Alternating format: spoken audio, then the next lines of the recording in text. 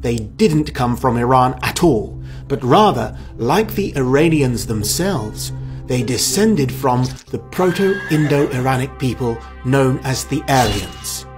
The Aryans have their roots in Europe's Indo-European corded ware culture, specifically the Fatyanovo variant, which carried the ancestor of the paternal lineages that modern Indo-Iranic speakers in Asia have.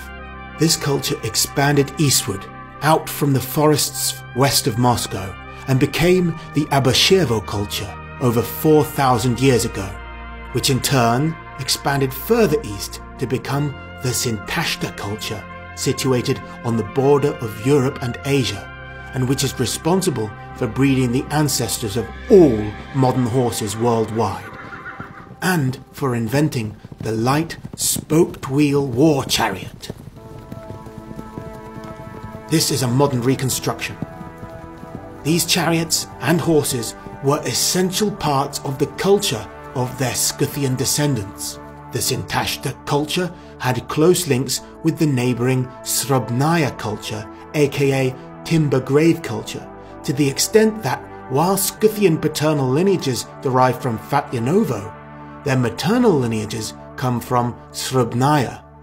The Sintashta people expanded eastward into the Asian steppe to become the Andronovo culture, and these Aryan warriors in turn invaded Iran to become the Iranians, the Levant, where they became the Mitanni, and India, where those Aryans founded the Vedic culture, which gave rise to the Hindu religion. But most Andronovo-Aryan people remained on the Asian steppe, and two variants, known by archaeologists as the Fedorovo culture and the Proto-Iranic speaking Alakul culture,